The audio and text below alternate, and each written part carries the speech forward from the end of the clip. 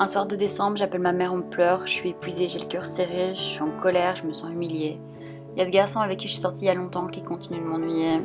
Je veux juste qu'on me laisse tranquille, qu'il cesse de refaire surface dans ma vie et surtout je veux plus qu'il ait cette emprise sur moi et cet impact sur mes émotions. Ma maman me propose alors de l'accompagner à Paris après mes examens. Elle y va pour une conférence, je pourrais donc visiter la ville seule et profiter de l'occasion pour déconnecter.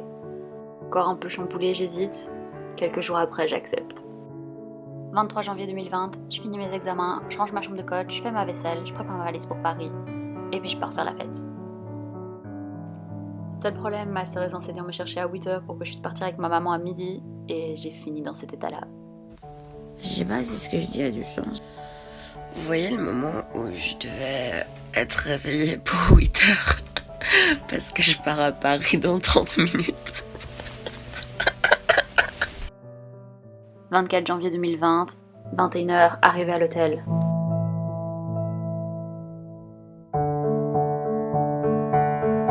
Là, je suis enfin arrivée. Par contre, c'est la première fois que j'ai un hôtel, enfin que je suis dans un hôtel toute seule. Enfin, genre que ma chambre elle est pour moi toute seule. Mais en vrai, je trouve ça trop cool. J'ai grave l'impression d'être une femme indépendante. Paris vibes. Sa quête de pouvoir et de consécration. Tu viens pas d'ici. Premier réveil à Besançon, je devais prendre le train et le métro pour rejoindre Paris. Mais j'ai eu peur, mon anxiété a repris le dessus. Je me suis retrouvée démunie face à ma peur de l'inconnu. Elle m'a tétanisée, je me sentais incapable de rien. Je pouvais pas sortir de cette chambre.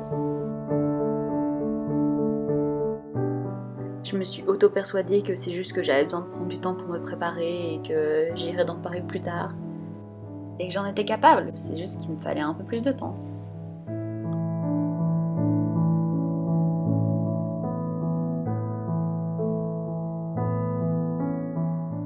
Un peu avant midi, j'ai reçu un SMS de ma maman qui me demandait si tout allait bien. Et je lui ai dit que j'avais toujours pas quitté l'hôtel. Donc elle a vite compris. Elle m'a dit qu'elle prendrait du temps sur sa pause de midi pour me conduire jusqu'à Paris. Je me suis sentie stupide mais beaucoup plus en confiance et prête à affronter cette journée.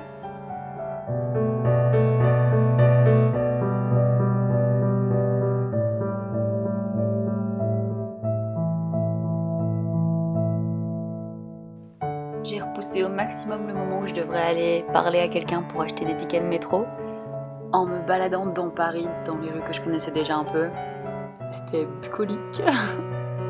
Ça m'a mis dans une petite vibe française. C'était sympa.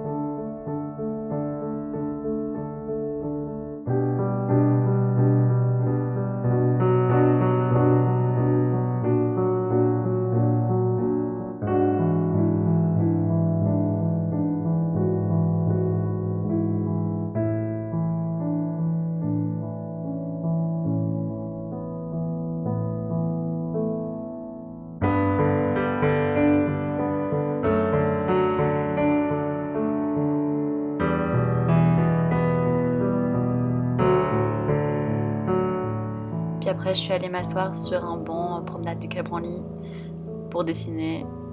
Et ensuite, je me suis improvisé un shooting toute seule. Je me suis dit que toutes mes photos à Paris ne pourraient pas ressembler à des vieux selfies, surtout que ma caméra frontale avait un problème.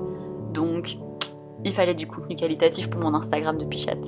Je viens de me faire un shooting toute seule devant. Elle est où? Elle est là, la Tour Eiffel. Et j'avais l'air trop teubée, mais putain, ça fait du bien de s'en battre les couilles en fait.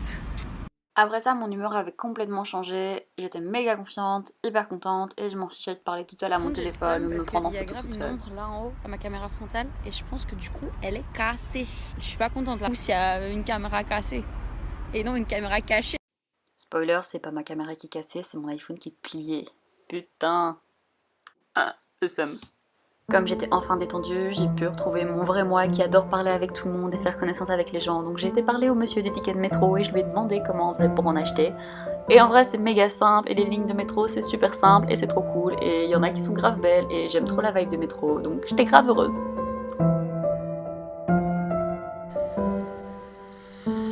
J'ai continué à me balader dans Paris en me faisant un shooting à chaque endroit où je pouvais déposer mon iPhone sur un muret.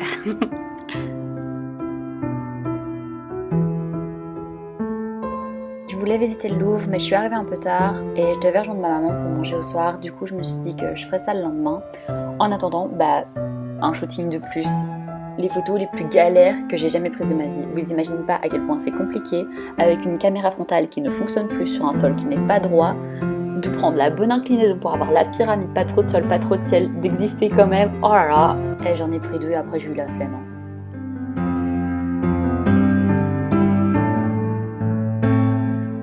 Après ça, j'ai fait ma petite night routine, démaquillage, mise au lit, vidéo, débriefing de ma journée et au dodo. Je viens seulement de rentrer et je suis crevée. Et demain, je pars à 17h, mais il faut que je rentabilise ma soirée de ce soir. Il faut que je rentabilise ma journée de demain. Et donc, je vais sûrement aller dormir dans 2-3 heures. Mais est-ce que je me lève plus à 9h ou plus à 10h30? S'il vous plaît, 10h30. Malheureusement pour moi, le lendemain au réveil, toutes les bonnes vibes de la veille s'étaient envolées. C'était retour à la case départ, de nouveau, grosse angoisse de sortir de la chambre. Maintenant je savais comment aller à Paris, le problème c'est que je savais pas comment commander une chambre d'hôtel. Et cette fois-ci, c'est ça qui m'a bloquée.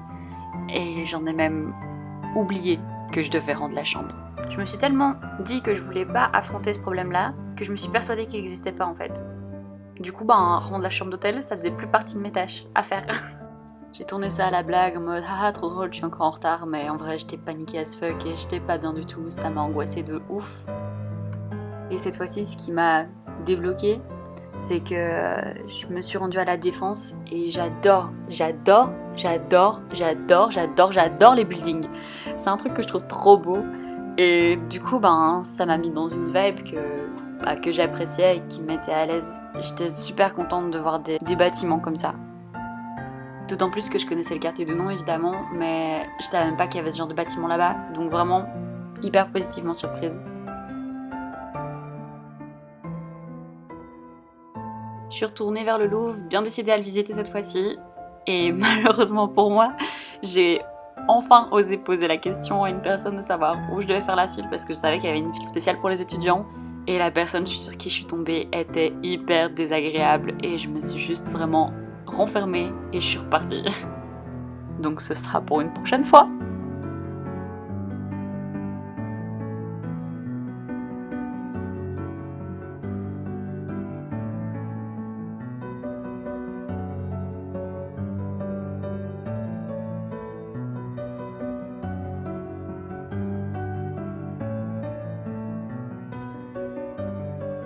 On m'avait conseillé d'aller visiter Montmartre, du coup c'est ce que j'ai fait. Arrivé sur place, il y avait énormément de monde et étant encore un peu tendue de ce qui m'était arrivé au Louvre au matin, j'étais pas trop dans l'ambiance. Et puis il y a un monsieur qui m'a interpellée pour me dessiner et j'étais en mode encore un attrape-touriste, ça me saoule. Et au final je me suis trop amusée avec lui, il était super sympa et j'étais grave contente. Et au final, c'est un événement de plus qui m'a fait rebasculer de ma mauvaise humeur vers ma bonne humeur et qui m'a remise de nouveau à l'aise.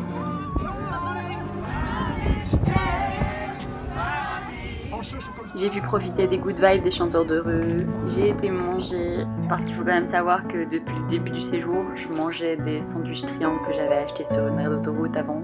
Alors ok, je suis une grande fan des sandwichs triangles, mais là c'est juste parce que j'avais peur de rentrer dans les restos. Donc je suis allée à un prêt-à-manger qui est un mélange entre un resto et un magasin. Comme ça je me suis dit, ok, je fais quand même un truc où je dois parler à des gens, je me force, ça va aller, mais pas trop quand même. Après ça, j'ai voulu repasser par les Champs-Élysées une dernière fois avant de rentrer, sauf que j'étais déjà en retard pour rejoindre ma maman. Mais cette fois-ci, j'étais plus stressée, j'étais triste de partir. Je trouvais ça dommage d'avoir mis tellement de temps à me mettre dans le mood et tellement de temps à prendre mes marques et à être à l'aise. Mais au moins avec ce mini voyage, j'ai appris énormément sur moi. Je sais maintenant que je suis une énorme trouillarde, mais qu'une fois que je teste les choses, j'en suis capable et c'est pas si compliqué. Il faut juste se lancer. Par contre, Arriver à l'heure, ça c'est encore un autre challenge. Sur le retour, on est passé au McDo. Et puis on a aussi mangé des bonbons. Yes. Donc ma gastronomie française à Paris s'est résumée à des sandwichs triangles, un wrap prêt à manger, un McDo et des bonbons. Yes, on adore. Au final, la vie c'est un peu comme une autoroute. Une petite métaphore bien claquée pour terminer. C'est sombre parfois, t'en vois pas toujours le bout. Ça arrive qu'il y ait des moments où elle soit parfaitement éclairée et d'autres moments pas du tout. Le chemin à emprunter est pas toujours évident. Tu peux avoir des accidents. Tu peux aussi tomber sur des heures d'autoroute avec des bonbons.